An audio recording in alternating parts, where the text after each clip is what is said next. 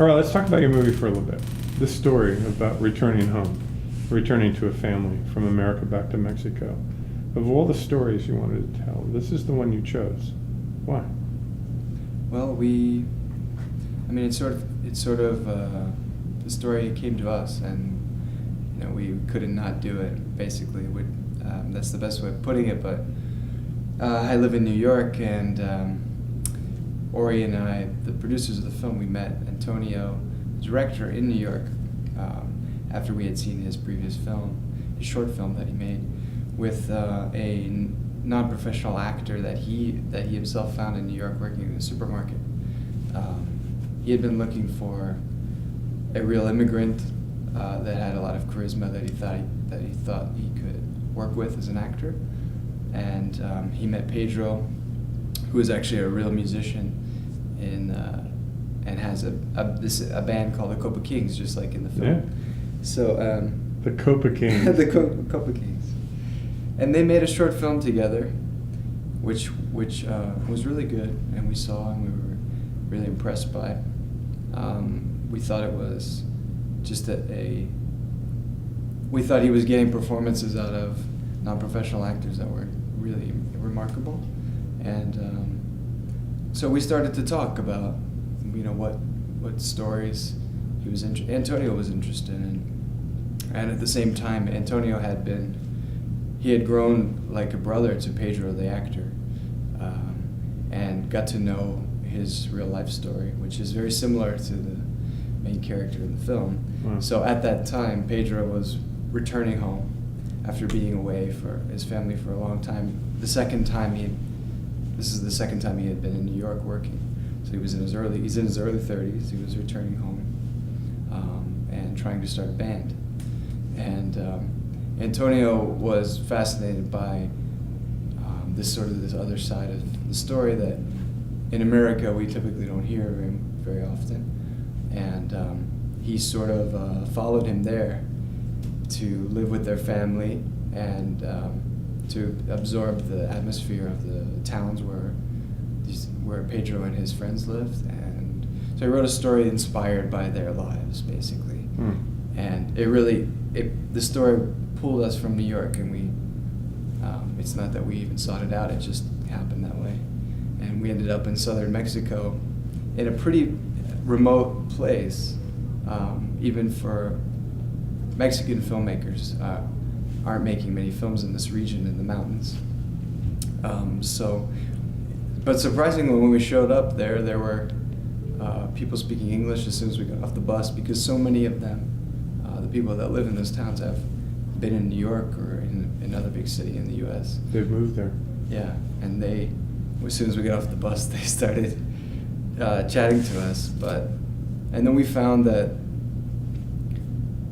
this place, we started to feel like home to us, and it was really the idea for the film was to make a film about Pedro's home, or anybody's home, and what it means to come home after being away for a very long time. And there's a little resentment with the children, and it takes a while to rebuild the family. Did you end up with the film that you set out to make? Yeah, it changed a lot from what we had envisioned. We did have a script, which was, and even before the script, there were big ideas behind the film that we thought were poetic, that we wanted to explore. And so we did have a script, but it was important when we went there to have enough flexibility to understand what people living there really are dealing with. And so the script changed a lot once we were in pre-production, and even during filming, we were, depending on the casting that we had got, especially with the older daughter. It took a very long time to find the daughters in the film, and we cast in schools. You cast them locally? Yeah, all over the region. And when Antonio met Lorena, it's her real name. It's Wow. Lorena, and also in the film, she had a certain quality that really struck him, which was, I think she had experienced something very similar in her real life, with a family member being away, and you could just feel the resentment and the troubled nature. Although she's the sweetest, she's a really sweet girl, and so she had this sort of contradiction or the ambivalence that we thought was really interesting. Yeah, they deal with a lot. Those kids, they have to deal with a lot. They do. They're kind of on their own. In a way, I mean, in a lot of those towns, there's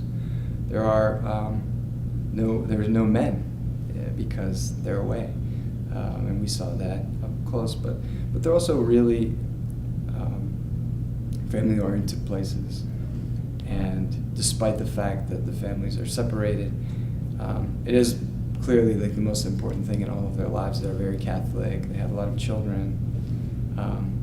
But when we met the cast, we were trying to adapt, because when we understand the things that they actually themselves had experienced, or maybe they lost a loved one who in the U.S. or something like that, we incorporated those things into the film. So although we had a script, we were really flexible and we improvised a lot.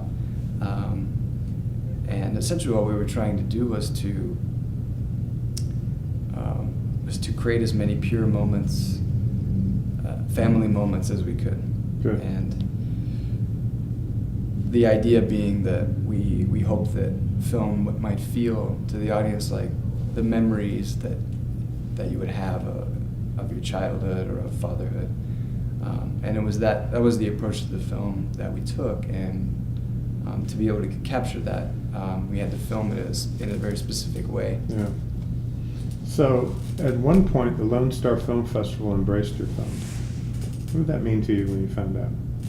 Well, it was really great because I had actually been following the developments here at Lone Star Film Society, and I saw the programming from last year, which I thought was really good. So we were excited because of that, but also because of the Mexican American community here in Texas. This is our Texas premiere of the film tomorrow, and we had always intended the film to be. We had hoped that it would be embraced by not just art film audience, although the film is artistic and it's won some awards, but we didn't make it specifically for that audience. We really wanted it to resonate close to home for Mexican Americans, and also for Mexicans living in Mexico, where we were just screening the film yesterday, actually today as well. Was that a great experience? It was. I bet it was. We brought the entire cast to the Morelia Film Festival, and we hadn't seen them, and I hadn't seen them in 2 years. Actually, none of us really had gotten together. Some of them hadn't even seen each other, so it was a big reunion for the whole team. It was a really special thing. Also, a good experience for the kids and the cast in particular, who haven't traveled really out of Guerrero State before. So Morelia is in Michoacan. It's further to the west and to the north. Yeah. And so it was an eye-opening experience for them. But at the festival, everybody really embraced the film, and also the actors. So we were all dancing together in the parties and things with famous Mexican actresses and stuff like this. Isn't that fun? It was fun. What is it about producing and creating and being part of this process for you that fills you up? What is it? For me personally, it is the reason I do this from a creative perspective is that I don't know. I really find it fulfilling to have to see a vision for a film, and usually that's not ours. That's we're getting that from the writer-directors that we typically work with, and we really help them to draw that out and to shape it, and to, of course, to make the film happen. But for me, the most interesting thing is to really see the vision for the first time, to have that light go off, I guess you could say, and to try to figure out a way to realize that. And for me, that's the most fulfilling thing.